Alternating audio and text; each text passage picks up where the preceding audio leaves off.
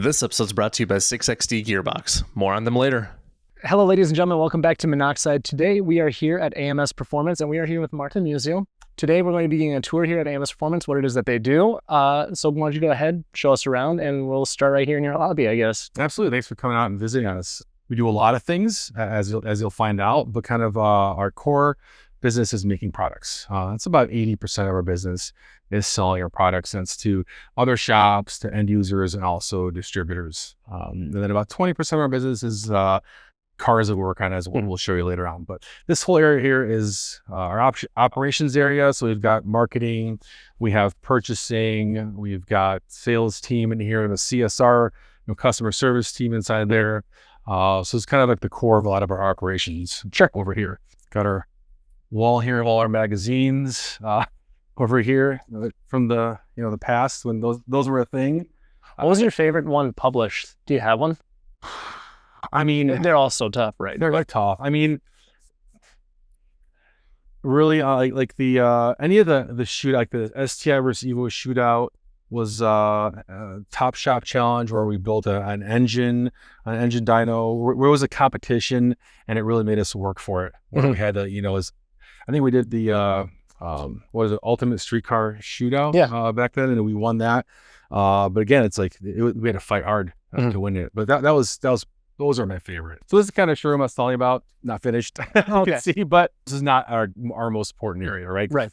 Mostly we don't have walk-ins. I mean, this is more for people dropping off cars for builds, stuff like that. So it's still a work in progress. This is cool, though. You just Yes, I like this. Yeah. So this is a warehouse I was talking about. We have a lot of parts in here. We have shipping, receiving in the corner. Everything flows through, and it gets first, quality controlled, inspected. Then it gets put on a shelf as components.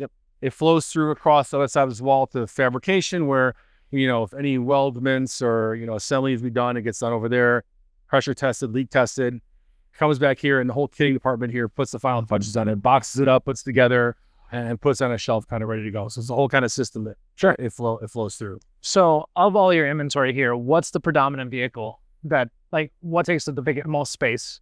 I wouldn't say it's one vehicle. So we try to spread out, maybe too thin sometimes, but we do stuff for Nissan GTR, Infiniti Q50, Q60, Nissan Z, obviously the V10 platform, the twin turbo kit, so it'll take up a lot of space. We do stuff for the fifth Mark V Supra. Okay. We do stuff for Golf R still. We're doing stuff for BMW. So we got all different platforms, but I'd say the Subaru WRX. I'd say probably the highest volume stuff is the Nissan stuff. Okay. In particular, probably the VR30, which is the Q50, Q60, and the Nissan Z. That's probably our highest, with the GTR and the V10 stuff kind of trailing close behind. Sure. There, yeah. As that goes, I didn't want to put all my, everything into one area in case something happens. We've had it happen before, the Evo, out of production, Right. and no replacement in sight. So It's like those people that only build Vipers. What crazy nonsense is that? Why would you do that? Yeah. Isn't that crazy? We've got our engine kind of machine shop and an assembly area over there. We can talk about that obviously a little later, go into some more detail. Walking this side, we have our fabrication, welding, our engine teardown area and transmission teardown area. This is kind of our dirty area. We intake everything, inspect, magnaflux if we need to. Over here is our R&D facility. So we have our engineering offices up front on this side. And all this here is basically vehicles for R&D. So, vehicles we purchase, we tear apart, reverse engineer, scan, sensor up, as we'll talk about, test, design parts for, prototype, test again the samples, and go into production. So it's about a year-long process. Sure. We get a vehicle till we get usually production parts. It's typically a year or a little more than a year. So it's quite a bit. Okay. Quite a bit of time. I was going to ask you about that, from beginning to end, right? Like, for example, your R&Ding stuff for the M3 over here. All that takes roughly about a year then? It depends. Okay. I mean, it's not something where, we plug the people in and it just runs smoothly. This is very complex, and R&D and product development is one of those things. So I stepped into this role with R&D about a year and a half ago, just help organize and bring, some more structure to it and help products get out faster, because it was taking a while. Sometimes 2 years. Right. And depending on the complexity, even 3 years, right? And that's hard to make money on when it takes you 3 years to fill out a product. So Well, when you hold yourself to a certain standard too, right? Like Yeah. that makes a big difference in it. and how do you not go? I mean, you can't go 100% on everything, because if you do, you're building stuff that's unattainable for people, Right. and you have so much time and money into it, you'll never make money on it. So Right. it's got to be great, but good enough at the same time, right? You're better than everyone else, and still people want it. But you know, I've done it in the past with products where no, it's got to be perfect. You know, we got to beat everyone by 30% more flow, or whatever. It's like you got to know when to stop too. Well, how do you choose a platform to go after, right? Yeah. Because you can't go out after every single platform. Are you just looking for volume platforms? It's a mix. You see what's out there, right? You see the potential of the vehicle. You see how many, we look at how many of the vehicles are made a year, right? We look at the end users. Are they likely to modify the vehicle or not? Sure. Right? So that's kind of what you go after. And sometimes you go into a market which is new and you have nothing to go on. Right. It's like for us, it was the Infiniti Q50, Q60. We kind of built that market out. When we first got the car in like 16, people weren't modifying. Sure. Right? And like, hey, it's a 4-door sedan, luxury sedan that salespeople drive. Right. Well, you know, here we are going 8 seconds Right. in one Yep. today, right? You just did that not too long ago. Like, Yeah, it was few 5 weeks ago. weeks ago. Yeah. Yeah. 2 cars went like 890s yeah. that we built. So, you know, developing that, bringing a suite of parts and packages that are attainable to the average, you know, consumer. Hey, I can buy this package. It's vetted. Everything's tested. It fits. I can get my car in and out of, you know, either our shop here or more importantly out of our dealer network, you know, or other shops. They can get in and out quickly and enjoy the car and have fun. So that's how we kind of built out that market space is we showed people what can be done with the car, and they kind of jumped on board. That's riskier, right? Because you have nothing, you could be a total flop. But then you have the bonus of being kind of first to market. Right. And again, the flip side is already some sort of established market, and you just come in and make parts that bring value. They look great, they perform better, and they're still, you know, priced competitive to everyone else. Yeah, so this is the shop area. So this is, like I said, about 20% of our revenue stream. And, you know, we only work on cars that we make parts for here. So you'll see a Z, GTR, the V10 platforms, Infinities. You'll see those all over the place here. Yep. And, you know, it does a couple things for us. It keeps our guys familiar with the cars and our parts. Sure. We get really quick feedback, and we do a really good job vetting our products as far as QC, making sure it fits right. But when something isn't right, we get instant feedback from these guys. Hey, this is not right. Where sometimes I've seen it. Other parts, people they make them work, and then a year later, someone goes, "Yeah, this doesn't fit. We have to cut this." And like, no one said anything for a year, you know. So we get instant feedback here on our parts. Sometimes cars, year to year, it's the same model, something changes. Yep. On it, a bracket gets added, and we see that right away. So that's kind of it's like almost like an extension of R&D. Set a standard for what our packages do, right? So big thing we do here is like we do packages. So someone buys a Z or Infiniti, we have an Alpha 5 or Alpha 6 package, 500 or 600 horsepower. Or in the case of the V10s, you know, Alpha 9, 10, 12, 14, 16, 18, 22, 20, I don't even know. But that's like, I can't count that. add two zeros to that. That's a horsepower number. Okay. But we had those they're vetted packages, and it's turnkey and sorted out. So those are the cars we like doing here. We build it. Here's the standard. Here's how the cars should perform for everyone else to see, right? And we do have a big dealer network that install our products. We build them here. We can kind of show what they do. That way we can kind of set an example for dealers, and we can help them out. Sure. How did they, you know, and there's a lot of capable dealers and shops out there too, which is nice to work with. Really, it is, because this stuff's not easy. You're not just R&Ring an alternator or even a motor. You're doing a lot of stuff. You're installing a fuel system in the V10. It's not straightforward. There's a lot of stuff which the car it's not designed for from the factory that you have to, you know, retrofit. We do our best job to make sure everything fits in, bolts in, but it's still it can get pretty complex. So over that, let's call it a 25-year period. Yeah. How has this shifted? Because you have 20% versus 80% here. Yeah. When did that majority flip? When did it go from 50-50 or other? Like roughly when did you make that decision? So I mean, when I first started the business, that was the goal, right? I wanted to make products and parts. Sure. But to do that, that's a big investment. You need the time and money, have the tools, and invest in either the, you know, whether it's a casting, machining. You're not seeing a return on that for a year. I did not have the money for that. So I had to work. was a mechanical engineer working on cars, on DSMs. Like, what am I doing? You definitely have to work on those. Yeah, you have to do a lot. Just reselling everyone's parts in the beginning. I think that 2.3 turbo Ford camshaft, and then a intercooler, actually built-in front-mount intercooler for the Galant VR4 was our first product. And it took a long time. The switch, like the 50-50 split, I'd say maybe 2012, sure, somewhere like 2010, 2015. That was kind of the era. Probably took 10 to 15 years of being in business. And I knew that's where I had to go because it's so, God bless anyone who all they do is work on the cars and work on people's cars. That is a very hard business. And it is, I knew I couldn't achieve what I wanted by doing that. I had to create product. I mean, I'm an engineer, I'm a tinkerer. I wanted to make products. That was my end goal. So sure. Yeah. So you mentioned as we were walking through here earlier that you do a lot of the R&D stuff, or that's where you're spending most of your time. Yep. And what drove that decision? You just find yourself getting more excited for, like, you actually want to go to work sort of deal, or? Yes. I mean, I've been in different parts of the business. Right? I spent a lot of time tuning. That's kind of, I spent time in the beginning, again, wrenching on cars, tuning them. I was the first fabricator, and they brought a guy on board. I've kind of gone where the business needed me, per se. Like I said before, the R&D stuff, I was in engines. You know, we're building out our engine department. That was, it was about 5 years ago. You know, Lance and I started from scratch, wiped everything clean. Let's build out what we want for engines, from a machine shop to the process to how we develop engines. So I kind of go where I'm needed. I love solving problems. Where's the biggest fire? How do I put that fire out? How do I make it better? So that was kind of our R&D side.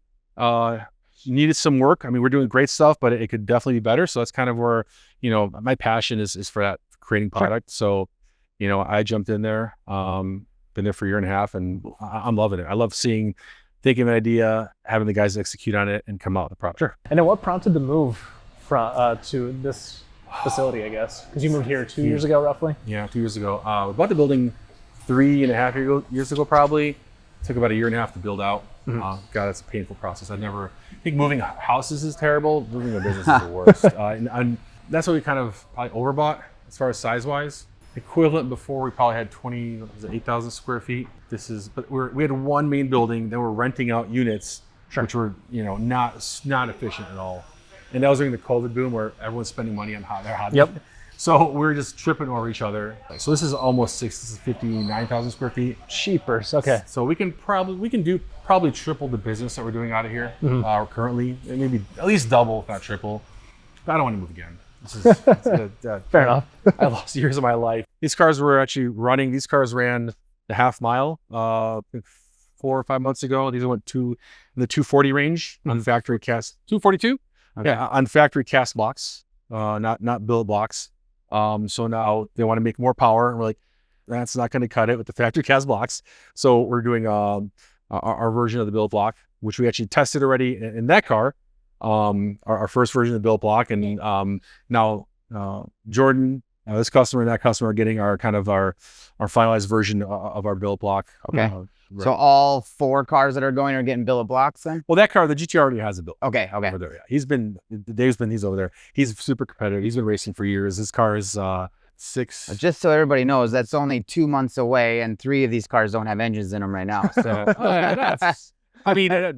We have plenty of time. I mean, usually sometimes it's like not anymore, but we used to. I mean, other shops though, it's like weeks leading up to the race, you're putting engines in, right? Yeah. These things, I think those engines should be ready next week. I was gonna say, what's crunch time look like for you now? Yeah, it's way different. I mean, usually, the week before, we're just kind of packing trailers, equipment. We're not really working on the cars before. Because again, we've done that in the past. And you plan, and the more experience you get, the more you learn. Okay, our goal isn't to be done a month before. We got to be done 2 months or whatever it is before the race, because there's always unknowns there. Yeah, that happen, right? So that car is that's all.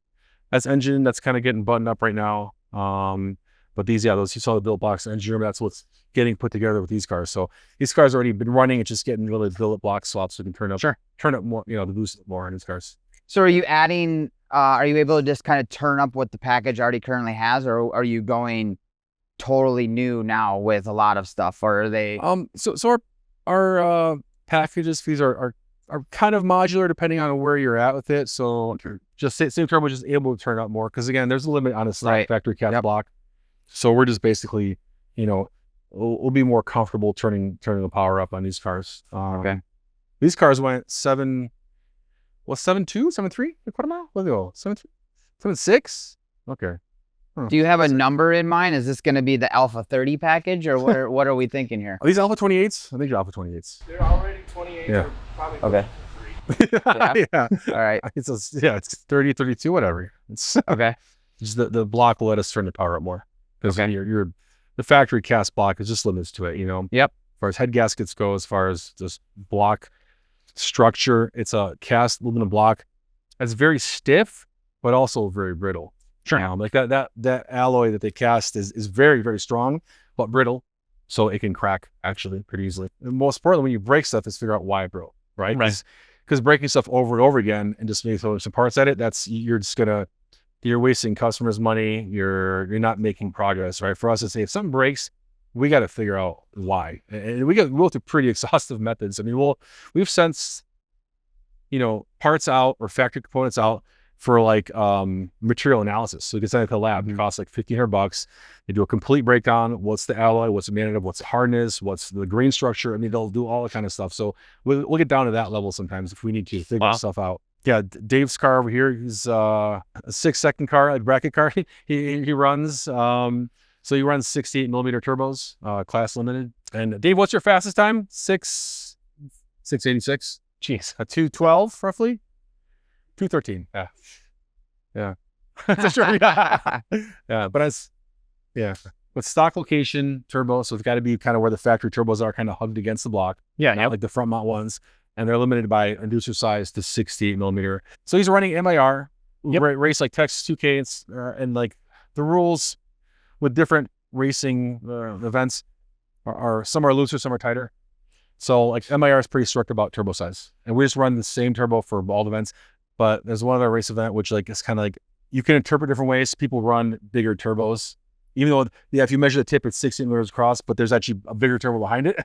So we just keep one turbo for it. Also, maybe a slight disadvantage in some race events, but it's it really is what it is. We've all seen the videos of like Texas 2K where the car's smoking after that last Hail Mary pass. Do you have any of them that are like, okay, I know this, I need this to make all of this for 6 seconds, and then afterwards we may have a catastrophic problem? Or we've had. I mean, we're very calculated. Like the tuners, Jake and Miles. I mean, they are data geeks. They're very calculated in their tuning. Okay. Meaning, let's go. Oh, let's throw out 10 pounds of boost in it. Let's add 3 degrees of timing. No, they're very, based on their experience in dyno and at the track, they're very calculated in the decisions they make. And when it comes to time, like, hey, this engine's tired, right? Like even like the Lambo there, that's the first 6-second Lambo. Yeah. That was how many revisions of motors ago on a factory cast block. We're like, this thing's probably might be hurt. I don't know. But it's like you want to push it. We give the customer an option. This will be as safe as it can, and it worked out. The car was okay, but it's 7.4. That car, I think it's 7.4. I think that one of these cars. Yeah. We never really. I mean, if something's hurt or we're not confident, we're not sending the customer out. It's dangerous. Sure. Yep. Right. We got a lot of safety trips in place when we do MoTeC. We have everything from oil pressure, fuel pressure, lambda, and we've got like intake air charge temp limit. I mean, we have a whole bunch of safeties in place to where it'll, we do coolant pressure. So if it blows head gasket, it's not gonna blow it and spew it. Right. As soon as the pressure spikes like 10 psi over where it cuts everything off. So we do have a lot of limits in place to catch it when something bad happens, but we're always pretty cautious. We don't sure if something's hurt, we're not gonna say. So Lambo and GTR stuff aside, I see Alpha 10 on this one here. Yeah. Is this one making 1,000? Yeah, this one makes 1,000 on our mainline. There's a little over 1,000, which we've done. Oh, geez. We've compared the mainline to our dynojet. It's about 6 to 7% difference. So it makes about 6 to 7% less on the mainline versus our dynojet. Oh, so wow. 1,030 or 20 at the wheels on the mainline or at the hub, I should say. Yeah. So on a dynojet, maybe it's closer to 1,100. Sure. And that's a VR30. The factory block's nowhere near as strong as the GTR block. But again, it's part of like the engine development stuff I talked to you guys about. We can talk about later. It's you're not just throwing parts at this thing. If you throw parts at it, it can make some more power, but how do you make it survive almost triple the horsepower the factory designed it to. That takes development. That takes a lot of tweaking, adjusting, learning, testing. To make it live. But this thing went 890. Oh, so this is one of the 890. Yeah. Okay. This car, another car here. Yeah, they both went like past. They're every time they ran, they're within like hundreds of each other, and it was like low nines, and then 890, and then the next car was in line, and it went 890s also. Nice. So, Okay. Yeah. I will have so many questions about this on the podcast. Yeah. I think it'll be because I don't know about you. I lurk a lot in the draggy forums. Yeah. And I see all the comments. So I have a lot of questions. Yeah. So I'm excited to talk about this platform. Like I said, they went 686. Made some revisions to the vehicle, a different ignition system on it, a whole new kind of intake to the turbo. So this actually, we've designed it and 3D printed some ducts that those things lead right into the turbo there. We got some cool little side air ducts to feed the radiator too. Oh, okay. That's cool. We're limited to kind of, it's got to be in a stock location down there. So Sure. how do you feed it the most and most air down there, fresh air. So, we'll see what it'll do. That's a competitive class too. It is. It really is. T1's got a fast car, but it's really just Christine, right? T1 and us, in that kind of realm, right? There's no one else. Anyone else even quick? No one else. Well, she's the only other one that runs 6. Yeah. This is But at Texas 2K, we had a big crack in the charge pipe that we didn't know. Okay. It kept getting slower. Oh, no. But we still won the event because I treated her real bad. Are you doing 2K as well then this year? Okay. But they added some more sensors to this car, kind of, hey, what's the next iteration? What else what data can we, get to help, dial the car in? He said, make those choices like, hey, if there's something going on with the car, you can see it right away. Do we push it? Can we push it more? And some, performance upgrades. Like I said, the ignition system, the whole intake air system is completely different on this car now. New turbos. New turbos, yeah. What's the choice of turbo? PTE turbo, Okay. 68, 85s or whatever. Okay. Yeah. Redid the whole cold side cover. Oh, it's a larger cover. Compressor cover is larger. Oh, okay. And this one, yeah. And then we drastically upgraded the exhaust as well. It's not over here, is it? The exhaust is it exhaust here? Is it over? Is that the one that's laying on the floor over there? 6-inch I exhaust. saw it when we walked past it. I was like, holy I crap. didn't see that. Oh, it's great. I was like, is there a diesel truck here? It's 6 inches. Oh my God. You can see it over there. Yeah. Check it out. That's awesome. What's the W stand for? Wally? Wally? Okay. Name of the car is Wally. Okay. Named it Okay. after my dad. Gotcha. Okay. Passed away. So when we were building the car, Ivan was here at the time, and he goes, "Oh, Dave, we got a name. We name all the big builds. You got to pick a name." So, named it after my dad. And we also got some aerodynamic stuff coming. We got a different hood, different fenders, that are vented, so any air that's getting packed in there, Okay. on the big end is going to be able to get out. Yeah, that's one change. Yeah, preventing air from getting trapped underneath the car, entering and then getting trapped from And it. actually, the intake should help with that because we're, most everything's going to go through the motor, Sure. not the Yeah. exhaust. Yeah. Hopefully. So he's a customer. How often are you like working side by side with the customer? Is that kind of what you got going on here? Are you just overseeing or? Yeah, we discuss. We don't just. Okay. We discuss with Dave. Yeah. Like, hey, he gives us some input. We work. I mean, any of the race cars we build, like Dave and Jordan are both awesome as far as giving driver feedback. Right. This is like the data the tuners have for a laptop, and we'll put sensors in the car. Like we have, stuff on the shock pods or laser right-hand sensors or different sensors in the car, so they can see one thing. But it's also important to get the drivers. Oh, and driver perspective. feedback is huge. Yeah. So I live an hour away. So Yeah. I'm down here all the time. Sure. And then when Alex and Jake and everybody's working on the car, if they have an idea, boom, hey Dave, what do you think about this? And hash it out and say, yeah, go ahead. I kind of give these guys carte blanche. I said, pretend it's your car Yeah. and it's not your checkbook.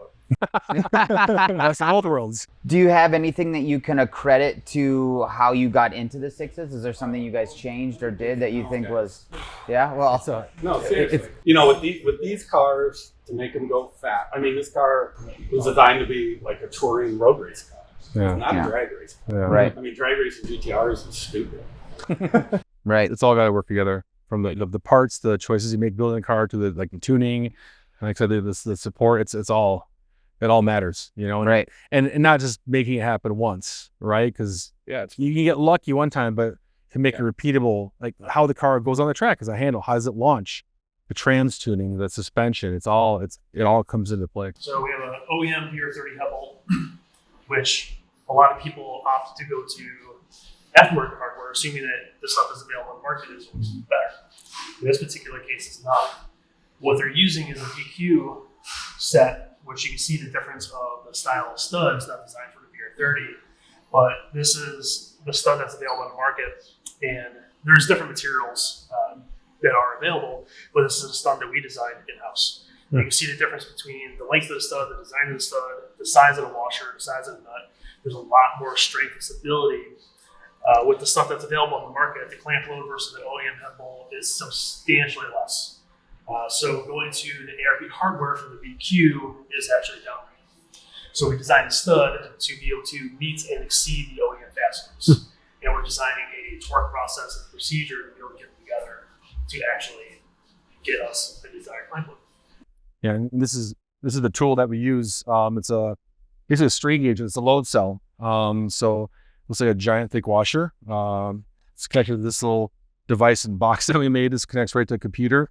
But this measures actually how much force, how much clamp load you're exerting with the hardware, right? Because when you're torquing hardware, you're not measuring clamp load. You're just measuring the resistance to you turning. That's all. Yeah. If you've got a bolt that's seized on and you're put 100 foot-pounds, you've done 0 to tighten it. It's not moving, right? Mm-hmm. So that's all a torque, I guess, spec does. And, it depends on your threads. Are they galled? Are they burnished? How much lubrication's on there? What kind of lube you're using? Is the washer lubed on one side, both sides? Who's doing the process? That has a massive impact on your actual clamp load when you're using aftermarket non-torque to yield hardware. The factory stuff, like Lance pointed out right here, is really good. As far as in this case, the VR30 has actually a really good clamp load. So again, we measured it, and we not just measured one, we'll measure a ton of these because we want to see how consistent the OEM is. Right. And we found in general with torque to yield hardware, the spread is almost non-existent. It's within sometimes a few 100 pounds of clamp load. If we're talking, I don't know, was it 12,000? What's the clamp load roughly of this on OEM hardware? Do you remember? On that? Yeah. It's very high. 16,000 is it?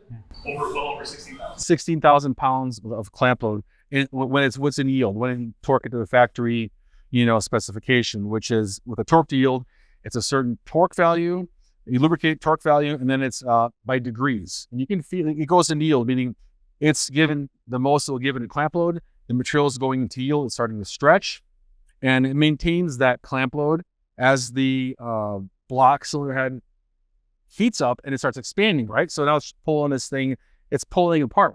Yeah. But when it's in yield, that clamp load stays consistent. Whereas non-yield hardware, like, most aftermarket stuff, that's not the case. When you have, and we measured it because we did it, and you put a heat gun to this block, you can see the clamp load just rise, go up, up, up, up. So that changes because it's not in yield. So the more you either torque it or put more clamp load on it, or the material expands, the more clamp load it'll give. Like Lance said, what people are commonly using, which is for the VQ Nissan motor, was actually a considerable downgrade over the factory hardware. And not only from a clamp load standpoint, but most aftermarket, ARP or whatever manufacturer tells you to torque it to a certain foot-pounds of torque level. Again, that's just the resistance. It all depends on the method you use. And we learned this the hard way.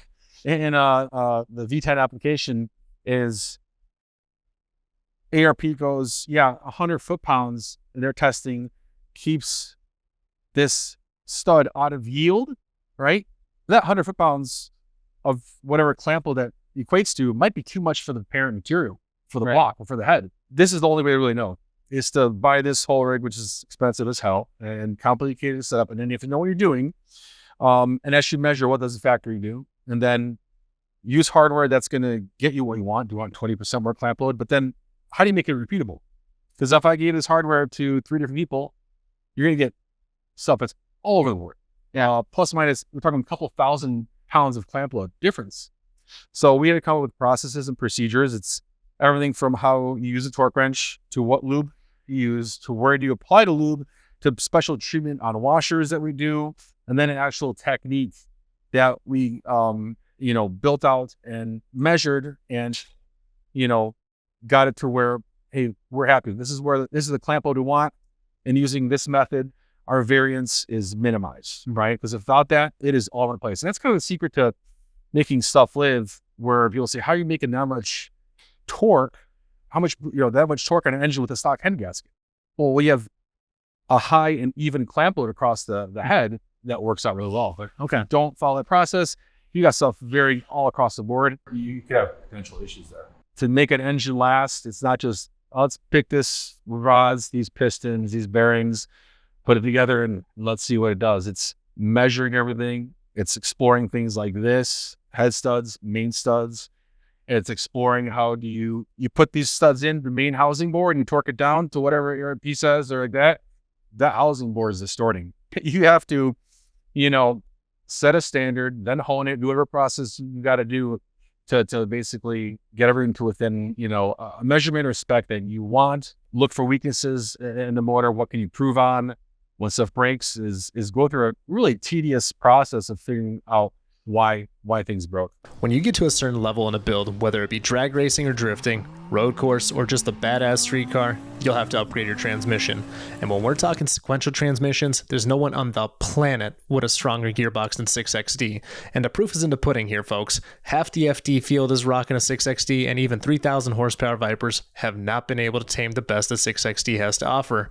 So if you're ready to take it up a notch, go to 6xdgearbox.com, and when contacting them to place an order, use code Minnoxide5, or reach out via socials to figure out how one of the baddest transmissions on the planet could fit in your build.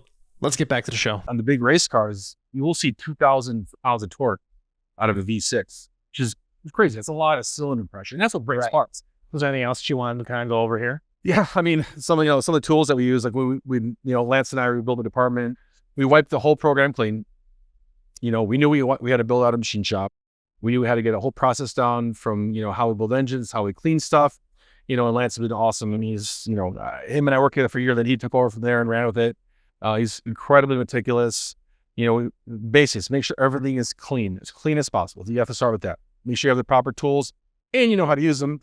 You're talking, $3,500 for this. You're talking, this is probably plus $10,000 in tools, sitting right here. But it's stuff that you need and know how to use to get proper measurements on, things like bearing clearances, piston to wall clearances. It's a lot to know. And, we've got a great engine program these days. We have control over a lot of the machine processes, the cleaning, assembly, all that stuff. And it's been really good. So we had to literally build out a separate HVAC system just for this room. And it stays the same temperature 24 hours a day, 365 days, all the time. Let's keep everything even. All our measurements, all our engines come in here, sometimes days before, and tools stay in here, so everything's kind of normalized to one temperature. Yep. And you have already kind of an idea of where things expand to once they're at full operating temperature then too. Yeah, well, everything's expanding together too, right? Yeah. That's the thing. If you have one thing here and one thing out there, it's 20 degrees difference, and you're trying to hit a tolerance. Once they get up to normalized temperature, that tolerance now changes, or that measurement changes. So that's why if everything's the same temperature, you have a set measurement, it's fine. But if you're trying to two different components at different temperatures, that's when the problem really arises. Yeah. Part of our machine shop that we built out, we've got a ProBell balancer from TNS. It's new. They're awesome. I can't recommend these guys enough. And they also do our block machine. The support's awesome. The guys are awesome. But yeah, we're balancing all our stuff in-house, the whole rotating assembly, doing honing, line honing. We got a CNC cylinder hone over there, and our TNS block machine. So, this does all the common engine machining operations, from decking to boring blocks out for sleeves. And also machine mains. It's got this cool right angle drive where we actually machine the mains. That's what we're doing on our V10 billet blocks. So it works really well. Again, bring all stuff in-house. Yeah. We have full control over everything we do. I said, from the cleaning process, the machining process, assembly process. And when you have full control, you have confidence, and the results speak for themselves, as far as our engine warranties and how they perform. Racing is already hard enough on engines, as is, right? Where you're trying to make triple, quadruple the horsepower. the base engine is designed for, you know, and you have things like fuel, launch control, all these variables going into play. You got to give it the best chance to live. So that's what we're doing here. And it's been working out really well. Yeah. So PRI has got to be a blast for you then. Always All the kinda looking- machines. Yeah. I mean, yeah, the wish list is long, right? So it's just managing, because again, this is all expensive stuff. You're talking, you know, Oh yeah. You didn't get this off Facebook Marketplace. I know. I mean, it's a new machine. This is $250, $275. Sure. With tooling, everything, you're talking $300,000. Yeah. A balancing machine, that's not cheap. And the CNC line, I mean, you know, it's all, and all the cleaning equipment and setting everything up. It's a lot of money. It takes time to kind of recoup that, especially when in this industry, a lot of people are chasing price. Right? Sure. And you know, how do you show the customers the value? Like, we're not just slamming something at the door. Here's a race engine. Good luck with it. We're giving you the best shot and a way for you to enjoy the car, right? Right. Go fast, enjoy the car. Yeah, you're gonna pay a little more than maybe just some no-name machine shop or someone who's kind of slapping together in a garage. You're gonna pay more, but the results speak for themselves, right? And so that's kind of the value people have to realize. All right, cool. So this is one of the platforms that you are. So is this something that you're getting into? Have you guys done EcoBoost stuff before then, or Previous generation? Yeah, we Okay. did some stuff under previous generation, but we only made a few products. You know, and you know, we jumped on this, I'd say maybe 7 months ago, 8 months ago. Okay. The 14th gen EcoBoost, you know, making parts for the Raptor and non-Raptor EcoBoost. And, you know, we're excited. There's a lot of these trucks out there. I think we can bring a lot to this market as far as, you know, good looking parts and parts that perform well. sure? So, you know, we'll talk about like what we have on the trucks and the parts, but I want to talk about kind of our overall scope of how we develop products, right? What makes, I think, us different is we're not just, you know, let's make an intake, design something, make it, run it, or sell it.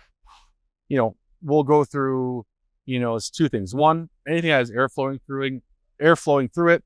We built our own custom flow bench. It's a mass airflow based flow bench, so we can do a complete flow sweep from 0 pounds of air per minute up to roughly 50, you know, depending on the restriction, 40, 50 pounds of air per minute. You have a complete flow sweep and a flow curve of the part, of how restrictive it is, rather than just like one data point typically, or on a traditional CFM-based flow bench. So we do all our testing there. We'll test the stock parts, a lot of competitors' parts, and then we use that to kind of go through the design iterations to make our products. Next thing we do is like we have this vehicle, Tacoma, WRX, you know, any development vehicle. We build a complete harness for our MoTeC dash, which we use to collect data. And that data is a lot of sensors, pressure sensors and temp sensors, more specifically thermocouples.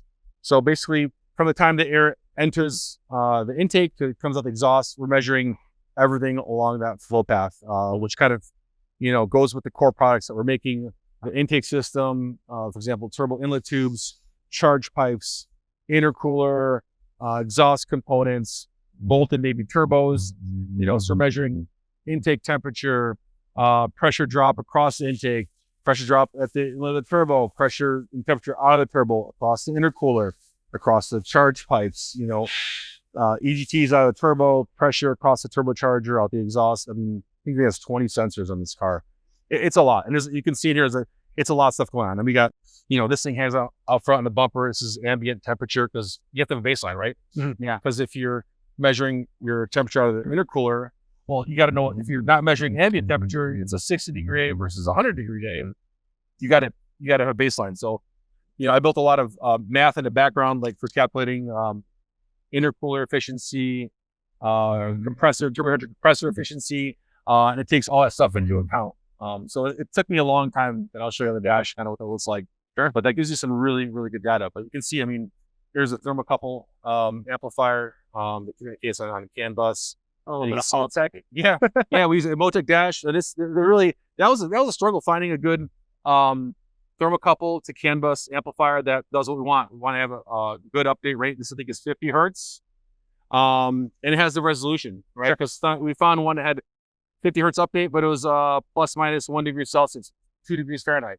Well, when you're measuring some stuff and you're only measuring at 30-degree delta, that's almost 10% or 1% error, right? So Right, yeah. or 10% error almost.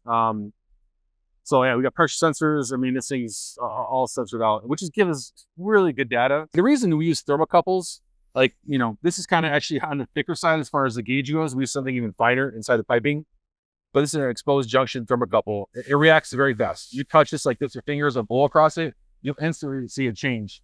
Whereas a lot of factory sensors are much more robust, have a lot more thermal mass, and they take a while to change temperature. So in the case of this truck, on the dyno, on like a 8 to 9 second long dyno pull with like the Cobb off the shelf tune, I'm getting intercooler outlet temperatures on the factory intercooler of 178 degrees. The factory sensor is only reading 135 degrees.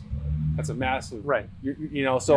And that's a almost 10-second dyno pull. So if someone's doing a short dyno pull, like 3-4 seconds, you're not going to see that on a factory sensor. It's going to seem like the intercooler is just fine. Right. But we swapped our intercooler on the dyno, and the thing picked up almost 20 horsepower, running almost 2 pounds less of boost because less pressure drop. I mean, it went from, I think, 178 degree outlet temps to like 92 degree outlet temps. So massive difference. But that's the kind of data we use to develop products. It gives us really accurate Data's everything, right? It is, and good data, right? I've seen people in the past, and that was when I used to go on the internet a lot and on the forums and fight. They go, "Oh, my intercooler temperature drops during the pull. It's that good." I'm like, that's not possible.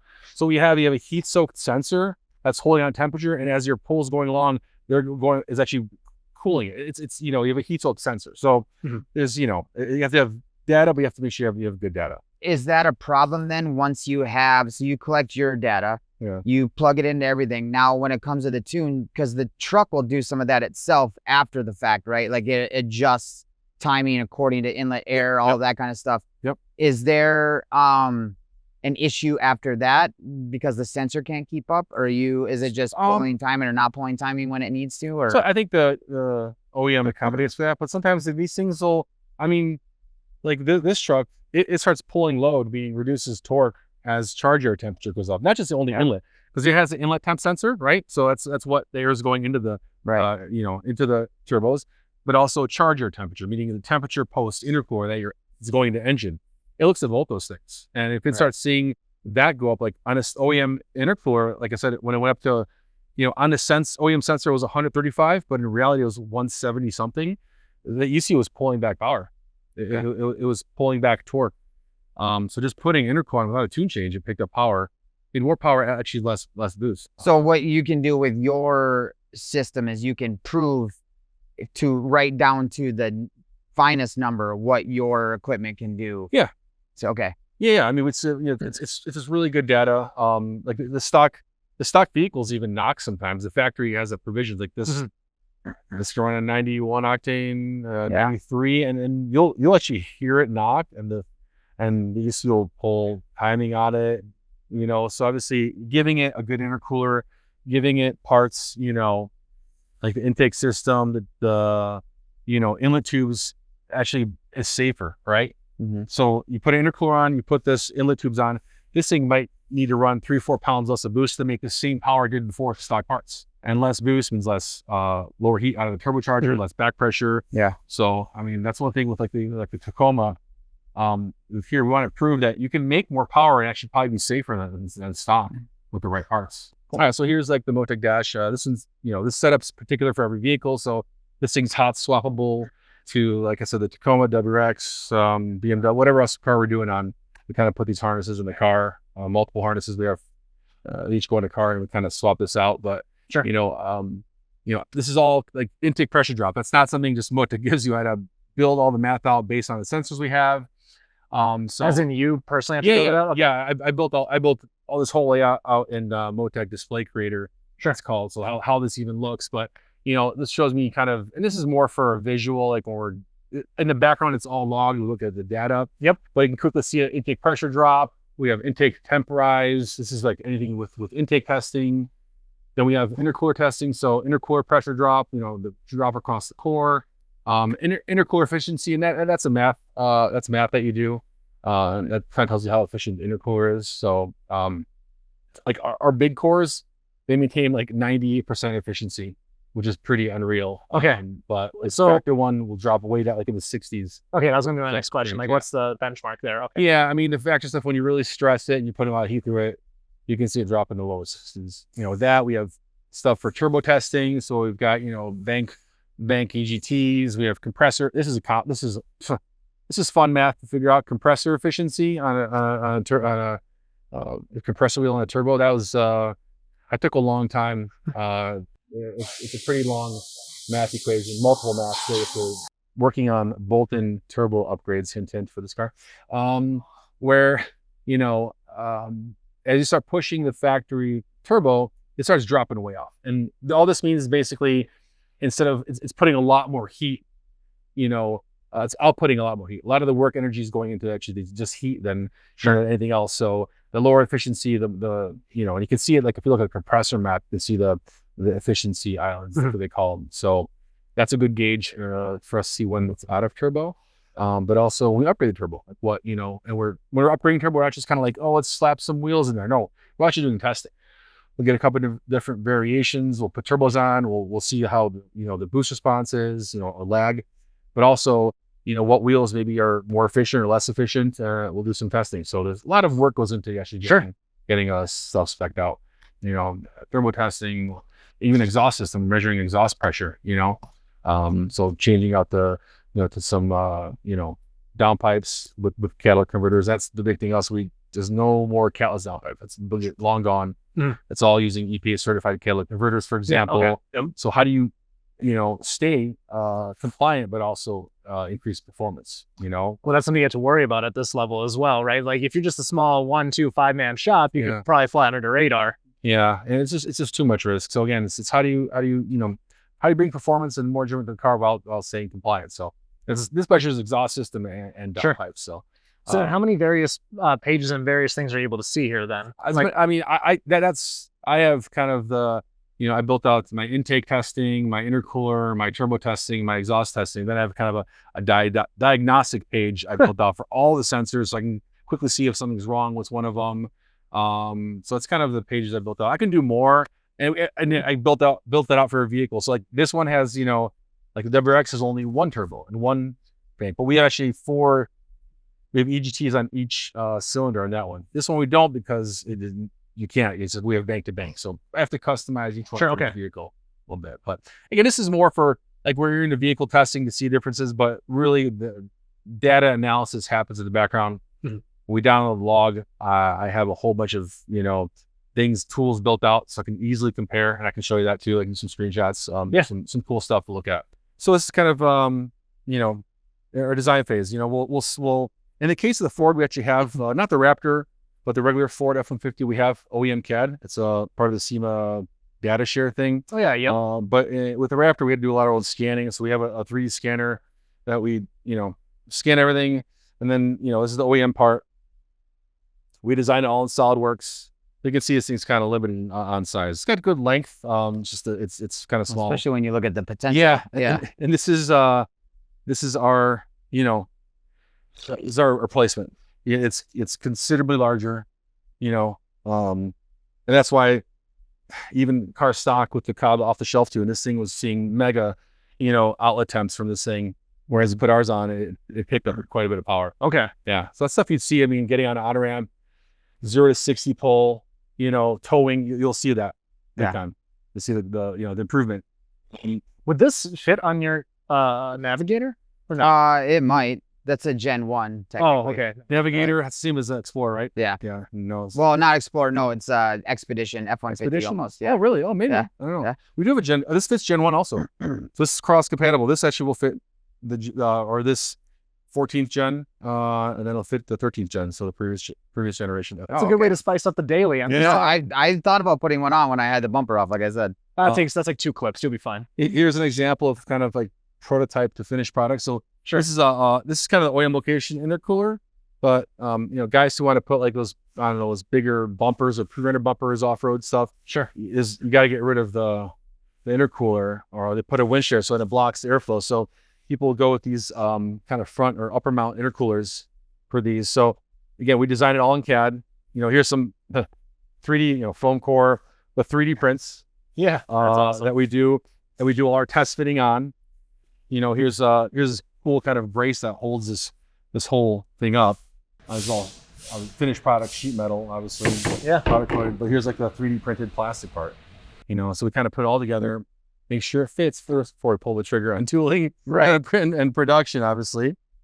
But it's kind of Well, then you have all of the CAD data, right? So now you just email off to wherever, and then they build you the we've got vendors that do bending, vendors that do our cores, casting houses, so we design all, we have the CAD and we make sure it fits, and then we fire it off to again, that's the whole other story, is finding good vendors for all this stuff. That's been half the business has been finding good vendors.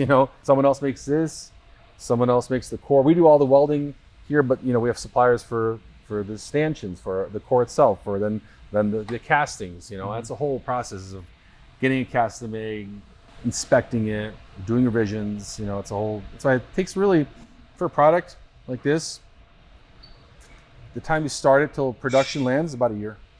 Wow. You're getting samples in 6 to 8 months based on how fast you are designing parts, and then production. It's a year-long process. One of the hottest platforms out there right now. Yeah, so this is it's a great car, and to give BMW credit, I mean, they did a great job from the standpoint of not leaving a lot of room for improvement. So there's cars Looks like where literally. there's cars like the F-150, like the intercooler. There's other platforms where like, oh yeah, we can make a big intercooler. We can intake easy, right? There's all stuff like you can find room for improvement. They did actually a really good job maximizing everything to even support a lot of power. So, one was like the heat exchanger for this car. There's not a lot of room to make a bigger one. There's two kind of main competitors in the space. We bought their product. We outfit it with sensors, we put it on a dyno. One of the competitors actually performs worse than stock, and one performs a little better than stock. So we had work cut out for us. We had a lot of revisions to actually make improvements. We did, after I said, got to a point where we're happy. Hey, there's measurable good improvements with our heat exchanger, and that's been released now, and people have, running it and love it. And the kind of next step was the intercooler, which the heat exchanger cools the liquid for the intercooler. How do we improve that? Right. So here's the factory intake manifold / intercooler. Again, the competitors out there really kind of limited by the core size, because there's things in the way. You can't make it physically much bigger. A little bit, but not much. Again, BMW did a fantastic job. This is a cross-flow design.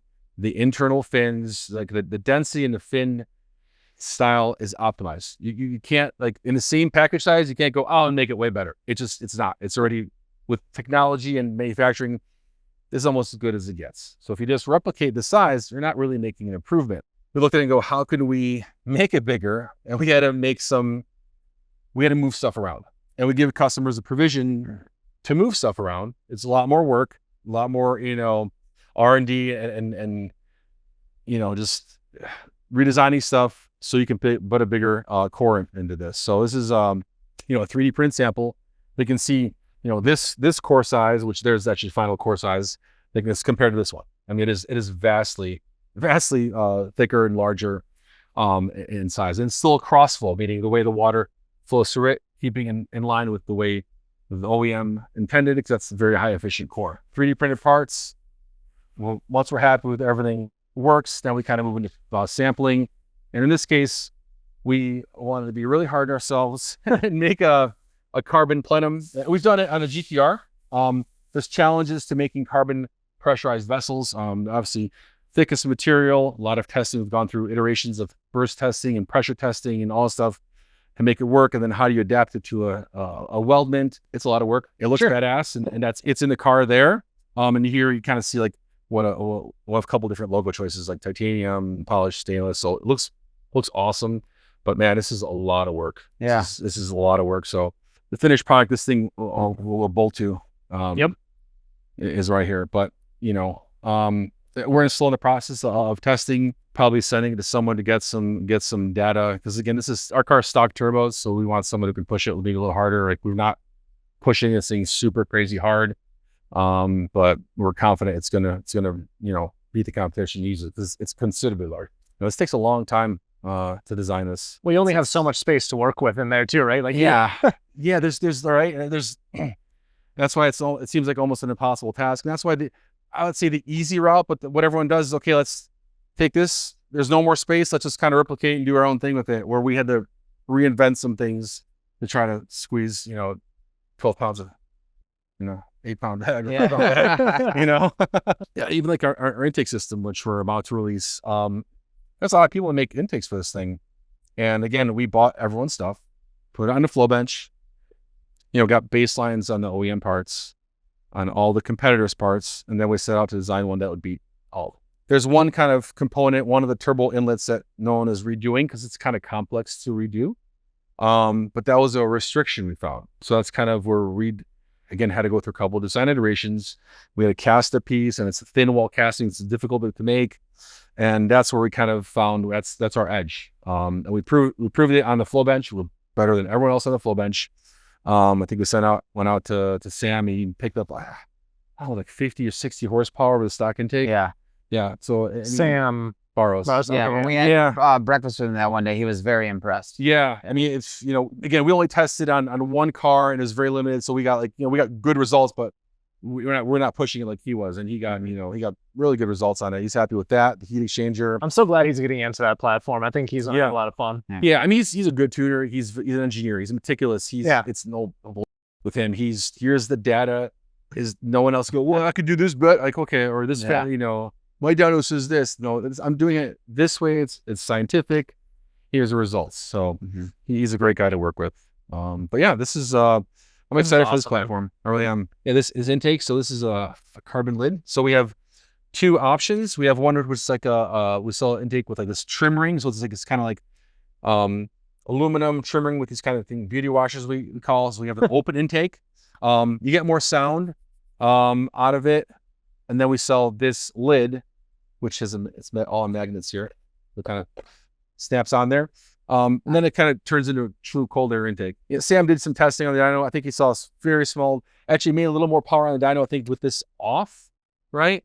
But again, it's on a dyno. On the road with this thing sealed and getting colder air in it might be different. Well, it depends on what dyno. If he was using Nostrom's dyno, they have a very nice air conditioned dyno room. So yeah. So again, we kind of give the customers two options, kind of lower cost with trim rings, great sound, turbo noises with this off, and then, you need to put on, it looks finished and polished. The price point of this, I think, will surprise some people. It's gonna be good value. The best performing intake at a good value. Oh, the price point's gonna surprise us too, huh? I think so. I mean, awesome. We've in the past we've been known to be the most expensive, sometimes a lot more expensive, but things we've been working on in the past, year has been to let's play in the field somewhere, not more expensive than everyone else.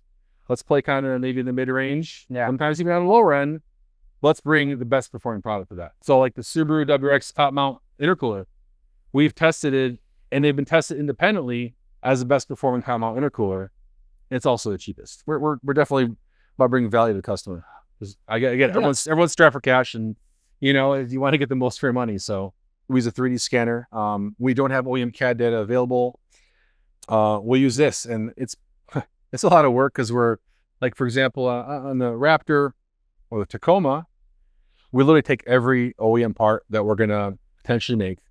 We scan that part, then we scan the environment it's in. So like the intercooler, we have the whole front bumper off. We scan the grill, the bumper, the engine bay, any charge pipes. We scan everything, so we virtually can design in 3D CAD. Fill the entire cavity area. Yeah. So we're not just scanning the part individually, we're scanning, and that could be a week plus worth of work alone, just getting the scans. Oh, I'm sure. And then processing them and all that stuff. That's a lot of work. It's a lot of work. So yeah. So okay, real quick, I mean, what are you able to show here? So what's this a scan of? It looks like a turbine housing. Yeah, turbine housing. Yeah. I think it's just something we had as an example on there. So you'd probably spend a week preparing the car because you had to put those like dots and stuff on, right? You've got to put these markers on, and depending on the part, if it's too shiny or reflective, you can spray it with something. And then not only that, you have to think about the environment it's in, because when you're scanning this part, for example, you have to scan the environment so you can align it later. Yep. So there's a lot of forethought that has to go into it, because we've learned in the past, you scan something like, oh, I got to go back and redo it all now, because, so there's a lot of planning that goes into that. But it's a great tool. I mean, again, back in the day when you had a lot more room in engine bays, you didn't have to worry about this. You could hand fab stuff. You had tons But of imagine room. scanning this. Oh, yeah. Look at this or hand fabbing something for this. You can't get your hand in there. Yeah. So the only way to do is take everything apart, scan, and work in a virtual world to see where can Yeah. I have more room. You Yeah. know? Good So, luck. Good luck anyone trying to break into Yeah. that nowadays. Look at this Oh, the art. runners here on this R8.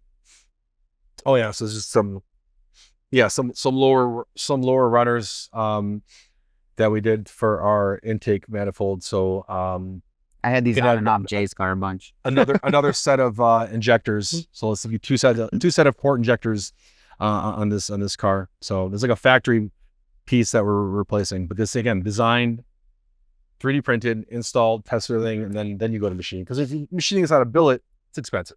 Yeah. It's expensive part to go. Oops, it doesn't fit. I think that's probably a good idea of what you guys do here.